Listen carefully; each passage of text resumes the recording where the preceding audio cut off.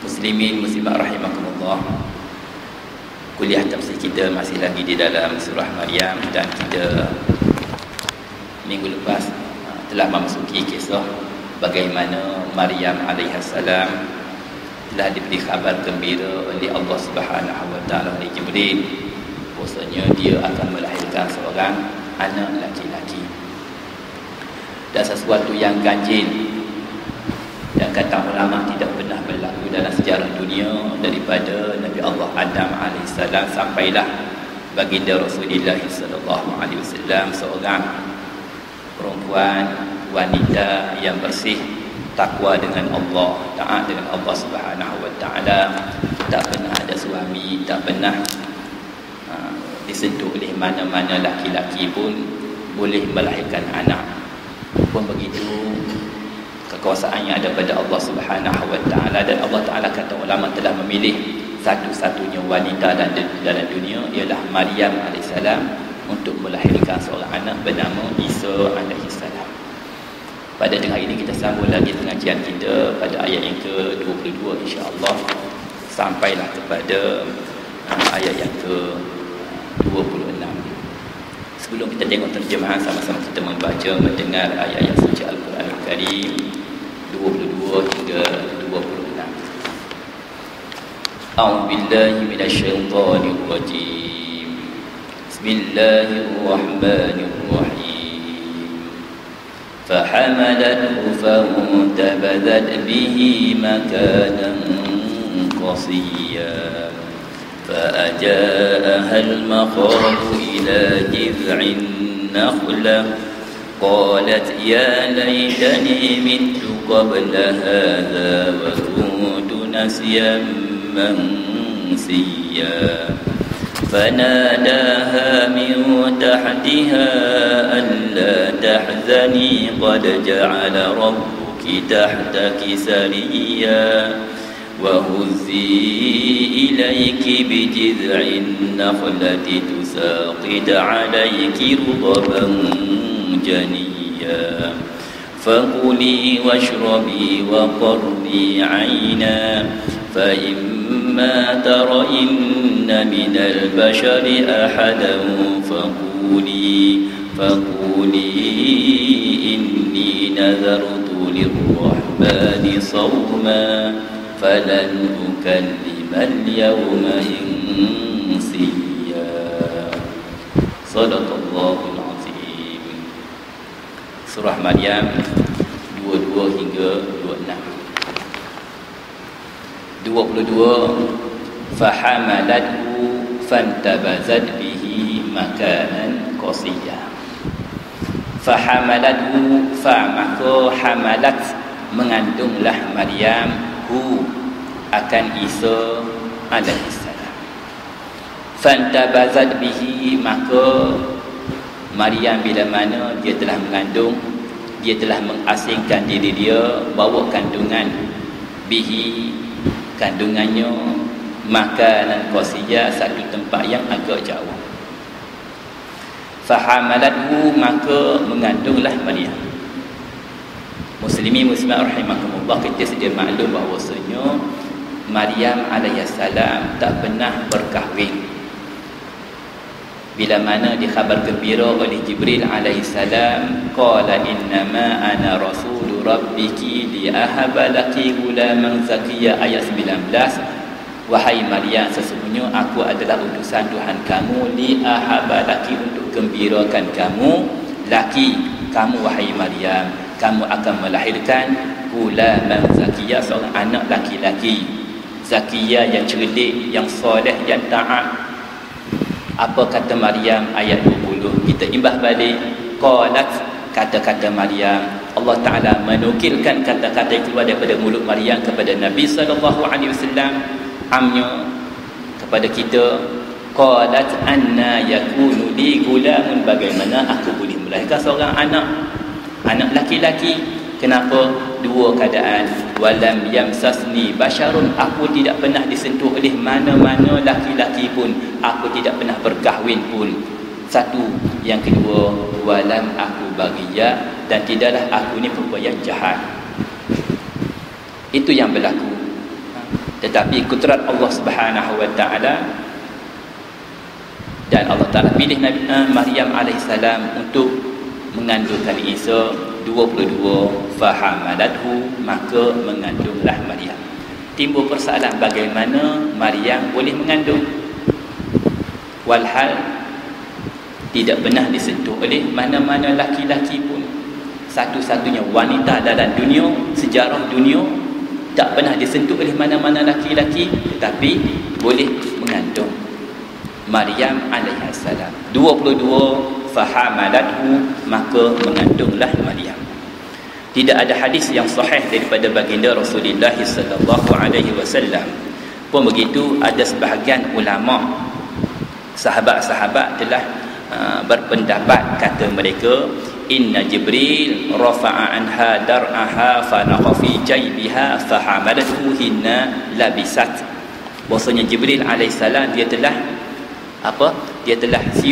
tiup kepada baju yang dipakai oleh Maryam, maka baju itu bila mana dipakai oleh Maryam, maka mengandunglah Maryam.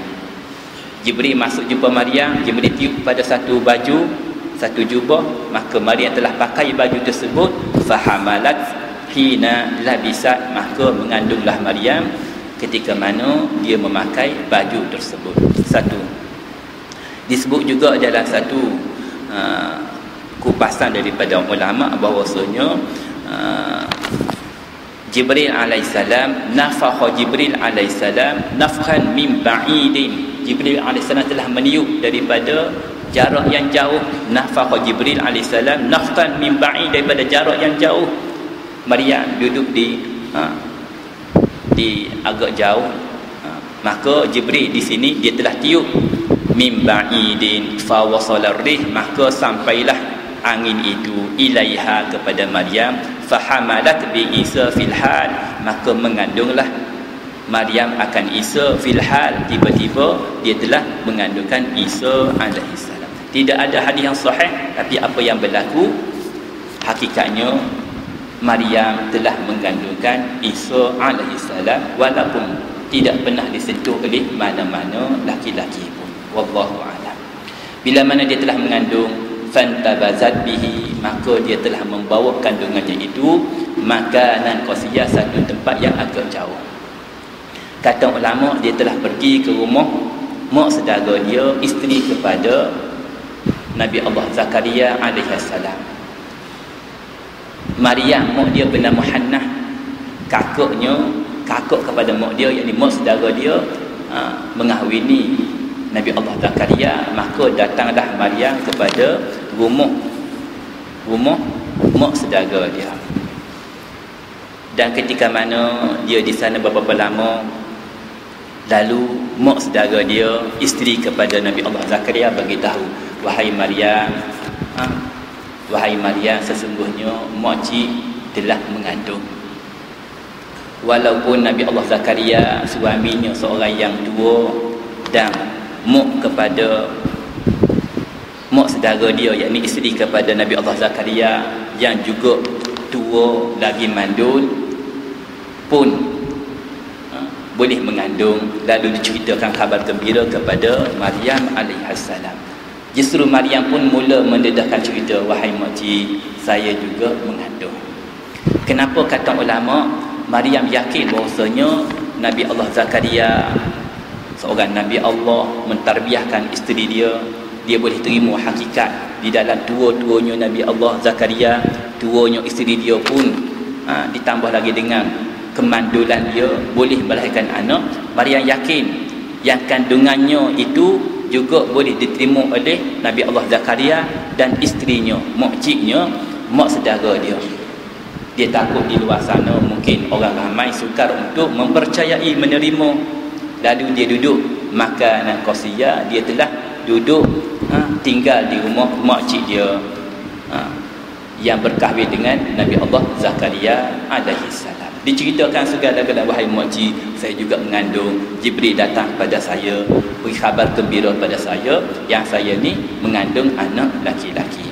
Makanan qasiyah, satu jarak yang jauh. Mereka akan cerita 23, fa'aja'ahal makhadu ila jiz'in nakhlah.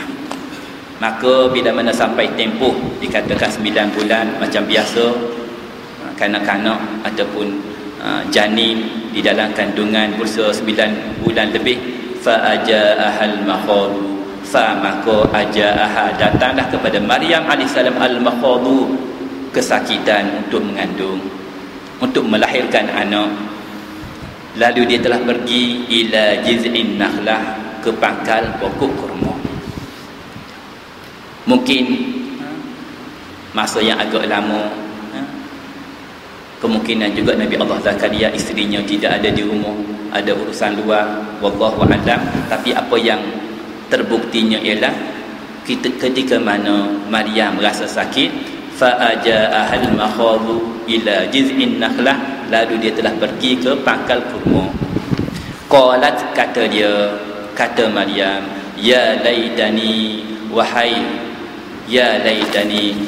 Tuhanku, mitu alangkah baiknya mitu aku mati qabla haza, sebelum ini, wa kuntu dan adalah aku nasyan tidak dipeduli, mangsia akan dilupakan. Wahai Allah, betapa baik jika sekiranya aku mati sebelum ini. Kenapa? Takut-takut bila mana kaum aku tidak boleh menerima hakikat aku seorang yang bersih, taat dengan kamu, mengandung, melahirkan anak. Takut-takut di luar sana masyarakat tidak boleh terima aku, lebih baik aku matilah, katakan. Wa kuntu, dan ketika itu nasyan, aku tidak dipeduli, mangsia aku dilupakan. Kata ulama, bukanlah maksudnya Maryam alaihissalam mempertikaikan kudrat Allah Subhanahu wa taala, tidak. Cuma dia takut-takut ketaatan dia disalahartikan oleh masyarakat. Takut-takut masyarakat tidak boleh menerima tentang apa yang telah ditakdirkan oleh Allah Subhanahu wa taala. Lebih baik kata ulama, dia mengalah, ya Allah, alangkah baiknya, ya laitani mitu. Bukan dia mengeluh, tidak, tetapi pengharapan besar, dikhawatiri masyarakat tidak boleh menerima yang dia seorang yang bersih melahirkan seorang anak laki-laki. Wa kuntu nasyan mangsiya, dan ketika itu aku tidak dipeduli, mangsiya aku dilupakan. 24 fanadaha min tahtiha alla tahzani qad ja'ala rabbuki tahtaki sariya. Tiba-tiba datang Jibril alaihissalam, fanadaha, fa maka nadaha, memanggillah Jibril, menyuruhlah Jibril alaihissalam, min tahtiha, daripada bawah dia, maknanya ke arah sesuatu kawasan yang agak bawah daripada kedudukan Maryam alaihissalam. Min tahtiha, di bawahnya. Mungkin Maryam berada di satu kawasan yang agak tinggi. Fanadaha min tahtiha, Maryam bersandar ketika mana dia sakit untuk melahirkan anak. Datang Jibril, wahai Maryam, alla tahzani, janganlah kamu berduka cita. Alla tahzani, an bahasanya la tahzani, janganlah kamu berduka cita. Kenapa? Qad ja'ala rabbuki tahtaki sariya, qad sesungguhnya ja'ala telah menjadikan rabbuki Tuhan kamu, tahtaki di bawah kamu wahai Maryam, sariya nahrun saghir, terdapat sungai yang kecil. Sungai yang kecil mula mengalir.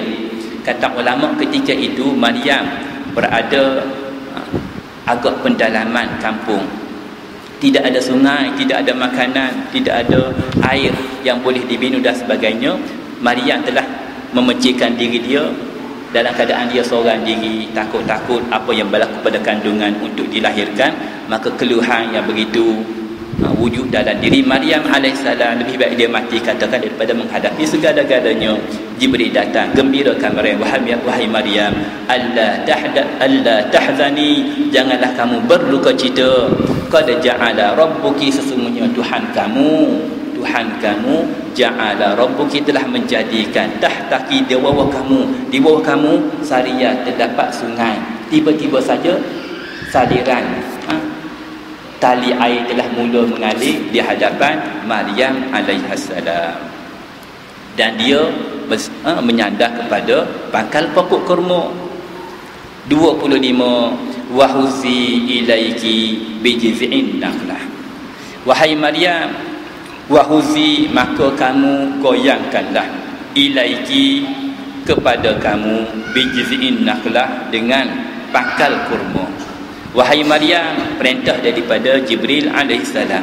Dia ajar, wahai Maryam, wahuzi ilaiki, maka goyangkan, ilaiki, kepada kamu. Kamu duduk di bawah, bijiz'in nakhlah, dengan pangkal pokok kurma. Tusaqit alaiki, jatuhlah, alaiki, kepada kamu, rutaban janiyya, kurma yang masuk ranum. Satu riwayat tuan dan puan, ketika mana Maryam menyandar di pokok kurma tersebut, kurma itu sudah tua, layu, tetapi tiba-tiba maknanya dimudahkan balik oleh Allah. Tiba-tiba tumbuhlah berputiknya dengan masuknya ranum, tiba-tiba dengan izin Allah Subhanahu wa taala. Dialah Allah yang Maha Kuasa yang ciptakan Maryam, yang menjadikan Maryam seorang perempuan yang boleh melahirkan anak. Dialah zat yang Maha Kuasa, daripada pokok kurma yang layu telah dimudahkan balik mengeluarkan buah-buahan dan masuk. Tusaqit alaiki, menggugurkan buahnya yang masuk, alaiki, kepada Maryam, rutaban janiyya, kurma-kurma yang sudah masuk. Di sini tuan dan puan timbul persoalan. Wahuzi ilaiki bijiz'in nakhlah. Wahai Maryam, huzi, goyangkan pokok kurma, goyangkan pangkal kurma. Seorang wanita tuan dan puan yang baru melahirkan anak, keuzuran, kelemahan, segala yang dihadapi, tak mungkin untuk ada kudrat, ada kuasa, ada kekuatan untuk menggoyangkan pokok kurma. Pokok kurma, pangkal pokok kurma. Kita di Malaysia pokok kelapa lah katakan. Minta maaf saya sebut tentang kurma ni. Kurma pernah didatangi dua orang tetamu daripada Arab Saudi. Ambil dia di airport, kata dia perjalanan kat Sepang, ya Syekh, fi Malaysia kasir minan nakhlah. Wahai Syekh, banyak di Malaysia ni pokok-pokok kurma. Lah, kata tidak. Saya jawab tidak. Di Malaysia ni susah nak dapat pokok kurma. La, ra'ayna kasir. Tengok di hujung sana, kanan kiri perjalanan banyak pokok-pokok kurma. Oh, itu bukan pokok kurma, itu dua pupu pokok kurma. Itu adalah pokok kelapa sawit. Jadi orang-orang Arab dia tengok sekali imbas pokok kelapa sawit kita seperti mana pokok kurma. Pokok kurma walhal pokok kelapa sawit. Kurma buah dia kita boleh untuk berbuka puasa, Ramadan, bazar Ramadan, dan kita tidak akan jumpa orang jual pokok kelapa sawit untuk berbuka puasa pun. Wallahu a'lam. Wa huzi ilaiki, wahai Maryam, goyangkan pokok pangkal kurma. Kata ulama, bukan masalah Maryam itu keuzuran dia, kelemahan dia tak mampu untuk goyang, tetapi nak bagi tahu usaha itu penting. Walaupun keuzurannya, kelemahan dia, tetapi usaha perlu dibuat. Natijahnya terserah kepada Allah. Walaupun dia uzur pun satu perkara yang lain. Apa yang penting dia kena usaha juga. Goyang, usaha perlu dibuat. Janganlah maknanya berpeluk tubuh, tidak. Usaha perlu dibuat, cari kerja, cari rezeki, dan hasilnya adalah di sisi Allah Subhanahu wa taala. Wahai Maryam, wahuzi ilaiki bijiz'in nakhlah, goyang pokok kurma. Walaupun kamu uzur, kamu lemah, kamu dhaif dan sebagainya, itu satu masalah yang lain. Yang penting kamu usaha. Bila mana Maryam telah goyang pokok kurma di luar kemampuan dia, dia telah usaha dengan perintah daripada Jibrilnya, bijiz'in nakhlah, maka natijahnya ialah tusaqit alaiki rutaban janiyya. Akhir sekali 26, fakuli, wahai Maryam, fakuli, maka makanlah kurma yang berguguran. Washrabi, minumlah air sungai yang telah didatangkan kepada kamu. Wa qarri aina, dan sejuklah pandangan mata kamu dengan kelahiran Isa alaihi salam. Fakuli washrabi wa qarri aina, maka makanlah buah kurma, rutab kurma yang jatuh hasil daripada kamu menggoyangkannya pangkal kurma. Washrabi, makanlah kurma, washrabi, minumlah air yang dialirkan di depan kamu. Wa qarri aina, maka tenangkan fikiran kamu, sejuk pandangan mata kamu dengan kelahiran Isa alaihi salam. Di sini kata ulama jelas bahawasanya Allah Subhanahu wa taala perintah Maryam yang begitu uzur tuan-tuan perempuan supaya memakan buah kurma. Jelas bahawasanya buah kurma merupakan satu-satunya buah yang banyak bagi khasiat. Khasnya kepada mereka yang baru melahirkan anak. Lihat Maryam alaihissalam di dalam peristiwa ini baru saja melahirkan anak, disuruh goyang pangkal kurma, tu sakit, maka buah kurma berguguran jatuh. Maka perintah daripada Allah, hakikatnya daripada Jibril, fakuli wahai Maryam, makanlah buah kurma. Justru kata ulama, kurma tamar merupakan satu makanan yang khasiat yang besar, khasiat yang tinggi, sehingga diperintah ketika mana khasnya bagi mereka yang baru melahirkan, ibu-ibu di luar sana yang baru melahirkan anak adalah utamakan makanan buah kurma. Kadang-kadang kita di Malaysia, anak dilahirkan, ibu lahirkan anak, makanlah apa yang patut, pantang larang dia. Kadang-kadang mereka tidak mengabaikan buah kurma. Bila nak buah kurma seminggu selepas itu, bila upacara tahni, upacara cukur jambu, upacara hari yang ketujuh untuk akikah dan sebagainya, barulah nak buah kurma untuk tahni anak dan walhal si ibu itu sendiri sebelum melahirkan anak, pihak keluarga hendaklah menyediakan buah kurma supaya jadi makanan si ibu. Fakuli, mengembalikan kekuatan fizikalnya, mentalnya si ibu yang begitu lemah, yang begitu dhaif. Maka perintah di sini daripada Allah Taala, wahai Maryam, fakuli, makanlah buah kurma, washrabi, minumlah dengan sungai yang dialirkan di depan kamu, wa qarri aina, maka sejuklah pandangan mata kamu. Mungkin kamu di dalam tempat yang agak jauh, terserempak dengan orang, mungkin orang tengok kamu tengok orang, masyarakat. Fa imma tarayinna minal bashari ahadan, fa imma, maka tak kala mana, tarayinna, kelihatan, minal bashari, manusia laki perempuan, tengok kamu, ahadan, seorang ke ramai ke, tengok kamu, tanya kamu apakah yang berlaku, ni anak siapa dan sebagainya, kenapa duduk di sini. Faquli wahai Maryam, Jibril ajar Maryam alaihissalam, faquli wahai Maryam, katakanlah kepada mereka, inni nazartu lirrahmani sawma, sesungguhnya aku bernazar lirrahman, dengan Tuhan yang amat pemurah, sawman, untuk aku puasa. Apakah puasa sebenarnya di sini? Falan ukallimal yauma insiya, di mana aku tidak boleh berkata-kata pada hari ini dengan seorang manusia pun. Itulah di antara puasa aku, inni nazartu lirrahman, aku bernazar dengan Tuhan yang amat pemurah, sauman, yang mana aku jalani ibadat puasa. Apakah puasa di sini maksudnya? Falan ukallimal yauma insiya, aku tidak bercakap-cakap dengan manusia pada hari ini. Apa kata tafsir? As-sawm fil lughah al-imsak, puasa pada bahasa ialah menahan diri anil ta'am wasyarab wal kalam, daripada makannya, minumnya dan juga berkata-kata.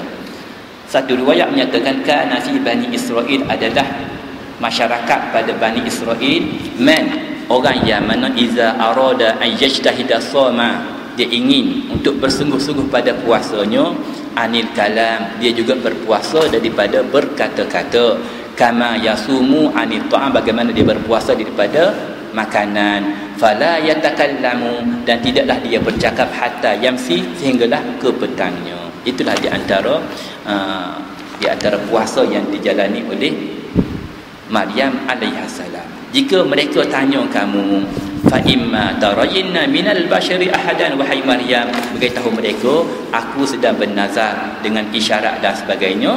Aku bernazar, inni nazartu lirrahmani sawma, aku bernazar, wahai kamu, sesungguhnya sauman, aku menjalani ibadat puasa. Apakah puasa di sini? Falan ukallimal yauma insiya, falan ukallimal yauma, tidaklah aku bercakap pada hari. Aku dilarang insiya untuk bercakap dengan sesiapa pun. Tetapi kata ulama, bila mana dia ingin berzikir kepada Allah Subhanahu wa taala, dia berhadapan dengan Allah, dia boleh, maknanya innahu lam yaqdir, dan dia tidak, maknanya tak mampu, tidak bernazar daripada berkata-kata fa iza arada zikrullah, dan bila mana dia ingin berzikir kepada Allah Subhanahu wa taala, intalaqa lisanu, dia boleh, maknanya bertutur lidah dia berzikir kepada Allah. Tetapi dengan manusia, berapa dengan masyarakat, dia tidak dibenarkan bercakap, dan dia telah bernazar. Fa atat bihi qaumaha tahmilu, maka dia telah datangi kaum dia dalam keadaan dia melahirkan Isa alaihissalam. Kisah sesungguhnya bagaimana sesuatu yang besar yang terpaksa dihadapi oleh Maryam alaihissalam bila mana berhadapan dengan masyarakat yang mengaku tentang solihahnya Maryam, waraknya Maryam, taatnya Maryam. Terpaksa Maryam menghadapi satu perkara yang besar. InsyaAllah kita akan ikuti pada kesempatan akan datang. Wallahu a'lam.